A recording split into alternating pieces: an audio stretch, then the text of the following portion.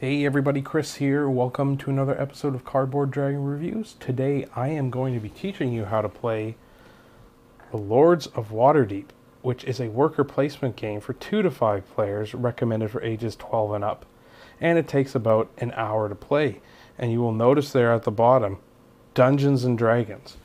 And don't let that scare you off if you're not into that. I'm not, and I still like this game. So what we are doing is we are actually not role-playing. We're not playing warriors or wizards or clerics or rogues. Instead, we are operating as somebody behind the scenes in the locale of Waterdeep. And we are going to be sending these folks on quests. So we're kind of going to be coordinating things and managing things from behind the scenes to try and advance our own agendas and become the best Lord of Waterdeep. So with that in mind, let me go ahead and teach you how to play Lords of Waterdeep. Alright, so let me start off by saying this game looks a lot more complicated than it actually is. There are a lot of pieces on this board, a lot of cards, but they're all labeled very well. And once you kind of understand the symbols, it actually becomes a very easy game to play. So I want to draw your attention to a couple things before I explain this game. First, we have 4 different types of adventurers here on the board. We have wizards, clerics, rogues, and fighters, which I might accidentally call warriors, but they're fighters. And when you get the base game, they come like this as cubes of their matching color. So you'll see that I have them upgraded. I had to buy these separately. They don't come with the game to look like the kind of character that they are. So here's a wizard, for instance. So that's totally not necessary. That's just something I did to make the game look a little better. And I also sleeve my cards as per usual, but you'll see everything is nicely labeled for you. Here we have the quest cards. And you know those are the quest cards because they say quest on the back. And you know, same thing here with the intrigue cards.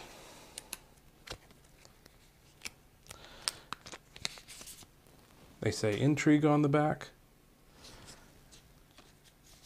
Also the same with the buildings. I mean, the buildings are shaped differently, but they say right on them, building. And then we also have the Lord cards, which I also have sleeved. And they say Lord of Waterdeep on the back. So everything is labeled nicely so you can get it sorted out. So to begin playing this game, the first thing we need to do is decide colors. I have it set up here for a 2-player game, red versus green. And you each take a player mat of your color, and then you take a number of agents. And it depends on the number of players you're playing with. This is all on the very back page of the rule book, so you can get yourself set up very easily here. But with 2 players, it's 4 guys each, and that changes with a number of players. We also need to take an extra one and set it down here. When we get to the 5th round of the game, everybody who's playing will get an extra agent or worker. Okay. Then what we need to do is we need to get our scoring markers up at the top. Don't forget those. Make sure you have all of these markers in your color. These are going to signify when you buy something that you own it. Okay. And I like to put all the adventurers in the middle in separate piles. You can keep on the side of the board if you want. All right. So the first thing we need to do is secretly deal one of these Lord cards face down to each player. Now, when you're teaching this to somebody the first time, make sure you let them know you don't show this to anybody. But I always tell people these Lord cards are going to be bonus points for you at the end of the game. So every Lord has 2 types of quests that they will give you bonus points for. So this guy will give you 4 points for each, I believe it's Skullduggery and Piety quest that you complete. Okay? Every Lord is like that, except for one Lord. And that is here. We call her the Builder. She gives you points for every building you build. So when I play this game with people, I let them know quests have a type associated with them. So your Lord tells you what types you should be getting. For instance, this quest, if you look at the top where my thumb is, Piety. So that's a Piety type quest. And we know that the guy we had looked at wanted Piety quests. Okay, so everybody gets one of those cards. We also give people quests face up. So quests are dealt face up to everybody, so you can always see what people have. And let's take a look at the anatomy of a quest card. So here we have a skullduggery quest. We know that because it says so at the top. Think of these like recipes. So if we look at this card, we can see that it has something at the top there. That's what we need to make the quest. In this case, it's 1 orange, 2 black, and a purple, and then some money. In this case, that's a symbol for money. That's 6 money. And then if we can provide those things, we get the bottom, which is a reward. So that's 10 points, and we also get 4 free black cubes, or rogues. So that's what a quest looks like. So everybody gets 2 of these dealt face up to them, and you keep them on the side of your board. And sorry, there's no way I can fit all this game in a good camera shot with what I have. So you would set it face up on the side here. Okay, there are also special quests, and they are colored a little differently. The one here is a special quest. You can see it's colored a little bit darker, but it also says in the very bottom, plot quest. So these ones have effects that last the entire game, and when you finish them, you keep them face up beside your board. Normally, when you finish a quest, you put it face down on your board, but when you finish a plot quest, you keep it face up beside so you remember that you have it. So in this case, it costs us 1 white cube and 2 purple cubes, but we get 8 points, and then every time we complete another Arcana quest, which this is a type, we get an extra 2 points. Okay, so everybody's going to get 2 quests, and they're going to be able to get more. So after we dealt out the 2 quests, we can deal out 4 quests onto the board here. And it's going to be hard to see. I will zoom in later, but every spot on the board has a label on it, so you know. These say quest cards, so we know that we put the quest cards there. Okay, and we need to flip over 3 buildings, which I've done here already for us. Those are our starting buildings. And we're almost ready to go now. We need to lay out victory point tokens. These are these little red guys here. 3 on each of the rounds. You see the rounds are marked 1 through 8 on the board. 3 of them go on every round. Okay, and then we need to pick... Oh, I need to deal out intrigue cards also. Sorry, I missed that. 2 cards, 2 of these intrigue cards go to each player. And I'll talk about what intrigue cards do when we get to them, but basically they give you small special abilities. Okay, and then we pick a starting player. Let's say red. You give the starting player $4. So these little square ones are $1 each. You also get these kind of crescent moon looking ones. These represent $5. So you give the starting player $4, and then every player thereafter, starting the player on the left, gets $1 more than that. So green would start with 5. If we had another player, they would get 6, and so on. Then we need to pick a starting player at random. We give them this castle rook looking piece here. That signifies that they're the start player. And then we're ready to go. Excuse me. So how you actually play this game is you're basically trying to get the components you need to complete your quests. And you do that by using your agents and putting them on spots on the board, just like most other worker placement games. So let's talk about what the different spots do for you. Okay, so we zoomed in a little bit on part of the board here. So whenever you see a spot that has a mark that looks like your agent, that means one of your people can go there. And only one person can go on that spot at a time, unless you have a special ability that lets you do that otherwise. So the way a turn works is you lay down an agent on a spot, you get whatever that spot does, and then if you have the ingredients, you may complete 1 quest. And only 1 quest. If you don't have the ingredients, that's fine. You just don't complete the quest, and then it passes to the next player's turn, who will then go to another spot, take what they get from that spot. They can complete a quest if they have one, the ingredients that match it. If they want to, you don't have to complete a quest.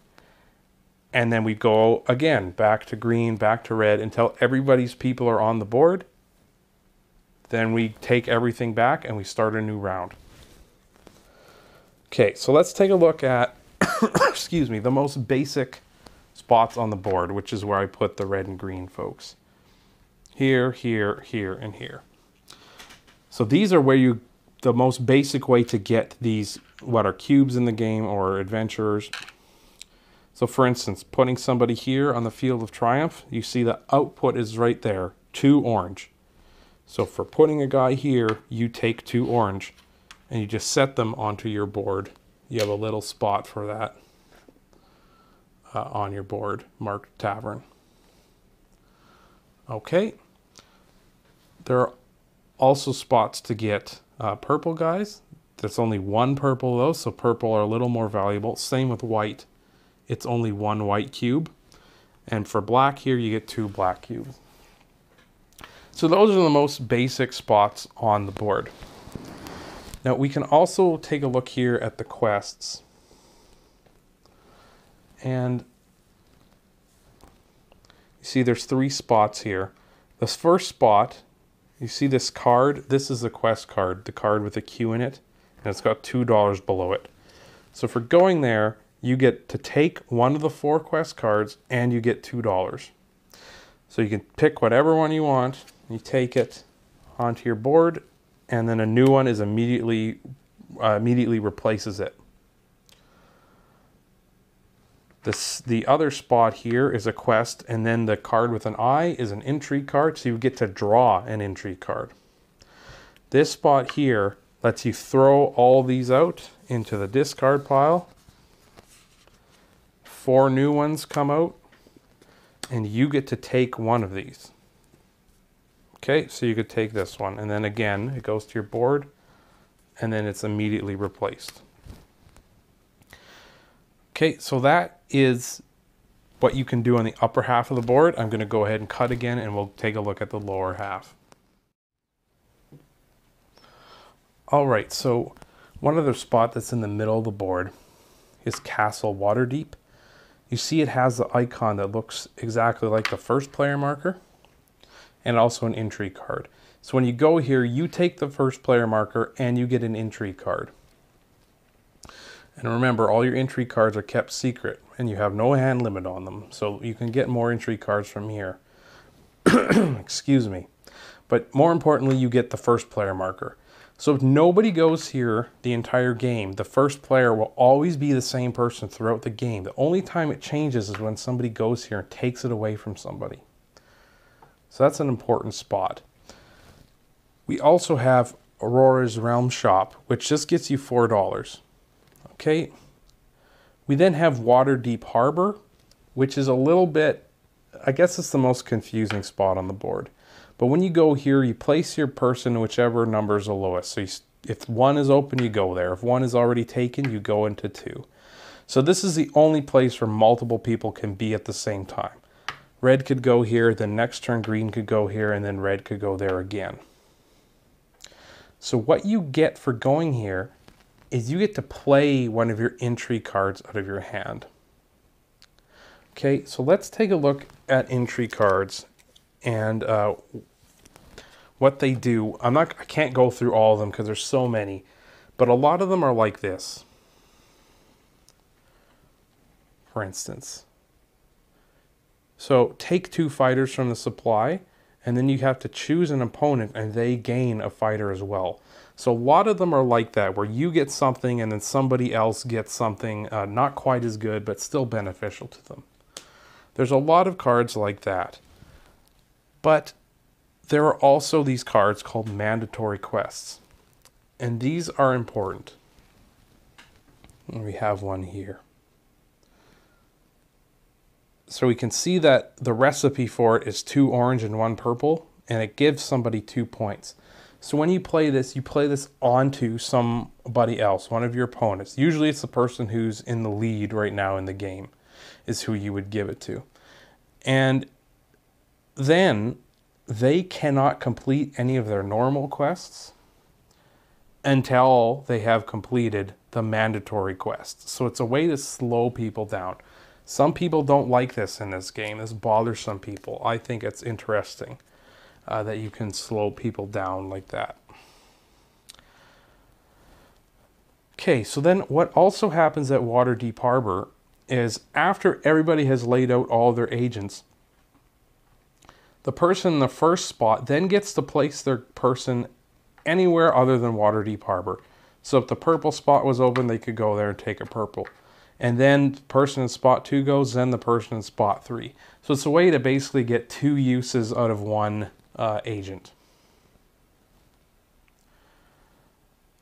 Okay. And then there are also buildings. So if we take a look here, we can see the Builder's Hall, and I'm just going to zoom out a little bit so you can see the entire board here. So the Builder's Hall, again, only has a spot for one person. Then you get to choose and build one of these buildings. So these act as extra spots that anybody can go to, not just the person who bought it. So we can see here that there's a spot for an agent to go to. So when you go to the Builder's Hall, you take one of the 3, and then you have to pay the cost, which is in the corner, in this case 4, to the bank. And then you set this somewhere on the board, on the side, and there's little spots that say building all along both sides. But even if you run out of space, you can put them beside the board or whatever you might need to do. Then you take one of these little chips. This is what these are for. And you mark it in the corner. So now we know that this is Green's building. Why does that matter if anybody can go there? Because whenever somebody uses somebody else's building, the owner of that building gets a reward. So in this case, $2. So if Red uses this building, Green gets $2. Green doesn't get the $2 if they use the building because they own it themselves. It's if somebody else uses it. And that $2 comes out of the bank. There are other ones. Let me see here. Here's one that would let the owner get a black cube. So again, it's not the person using the building who pays for it. It comes from the general supply. And a lot of these buildings let you get more cubes. Like we have one down here. Here's a symbol we haven't seen. It's a white cube with a question mark. That means any cube you want and $2. So going here to this space gets you any cube you want and $2, but it gives the owner 2 victory points every time somebody uses that. So as soon as one of the buildings is bought, a new one comes out.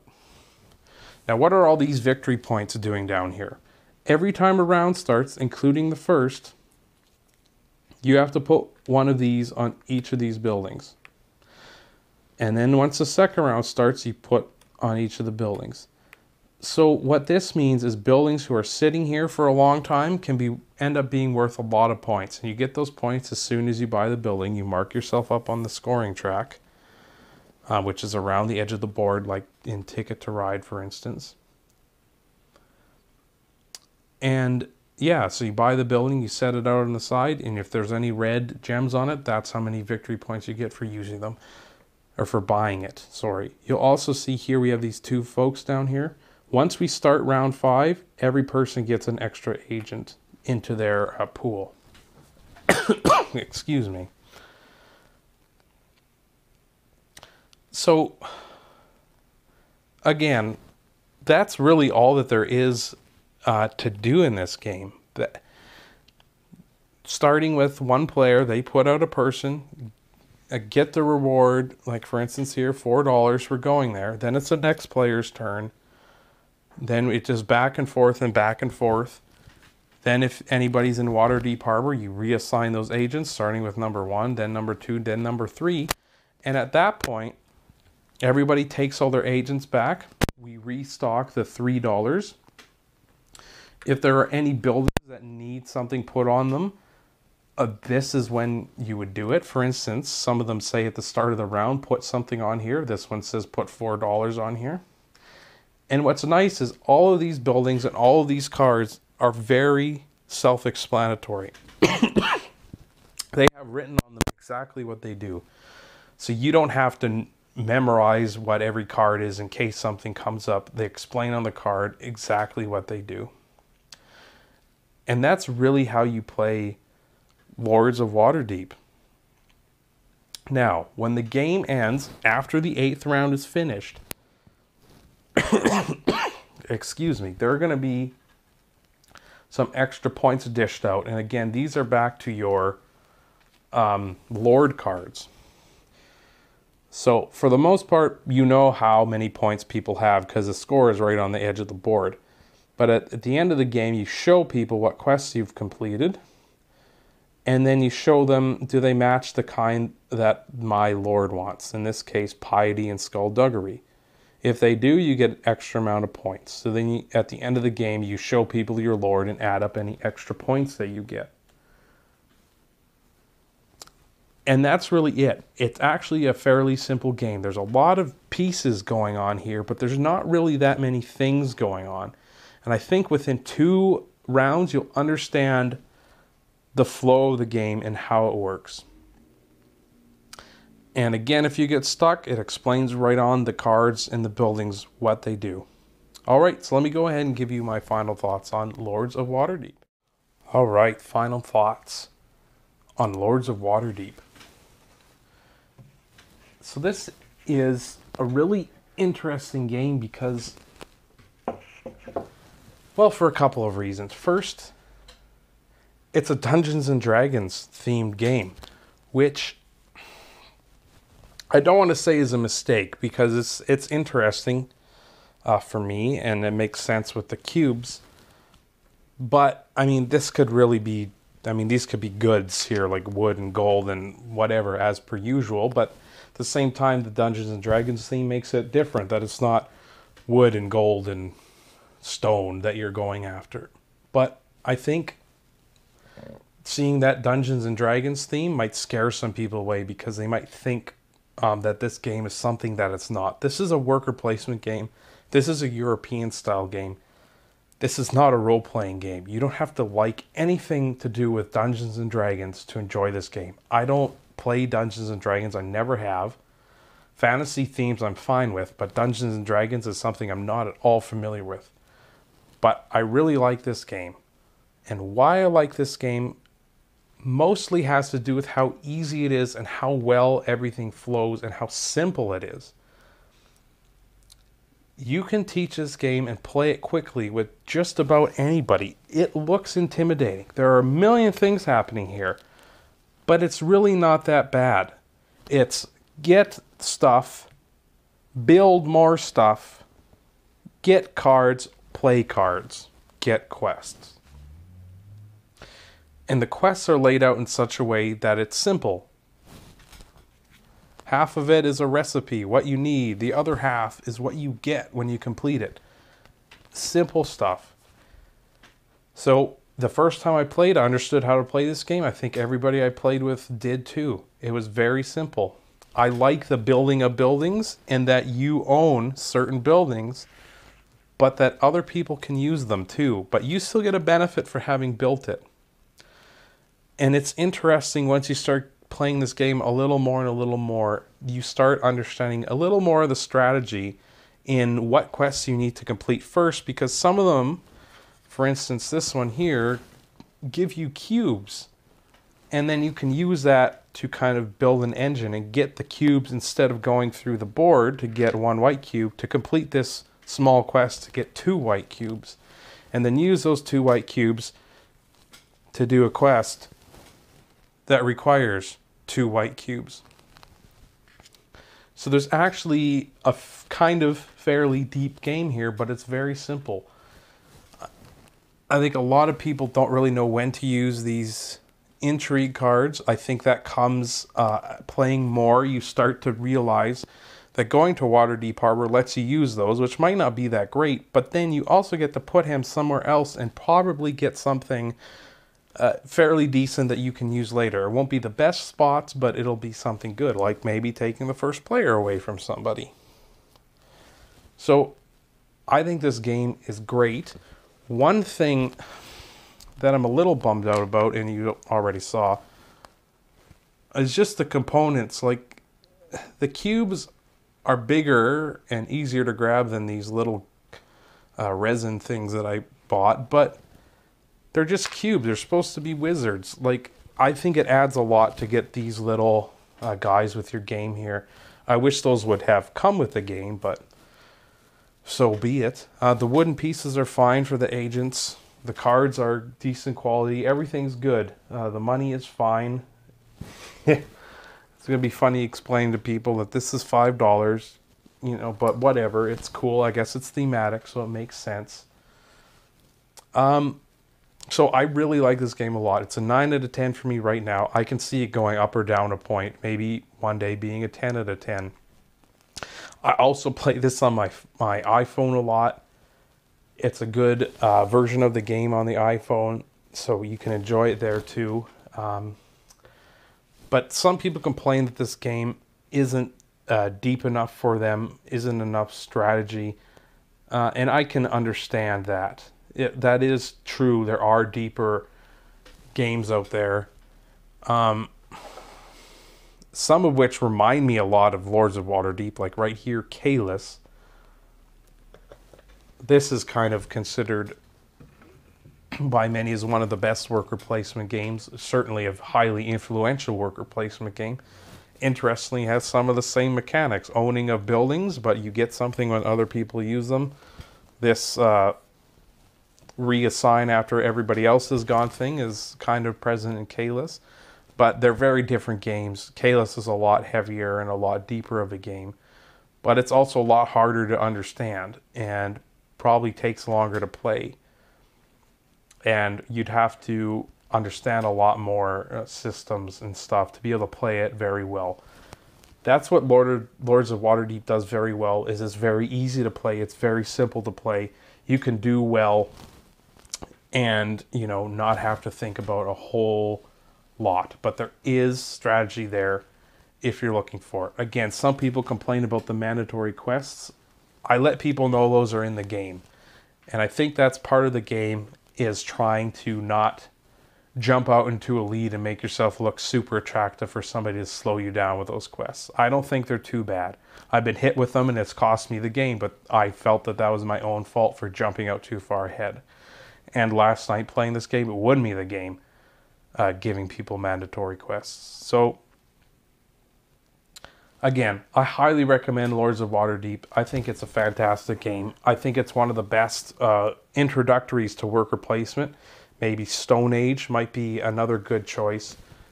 But this comes highly recommended for me. 9 out of 10.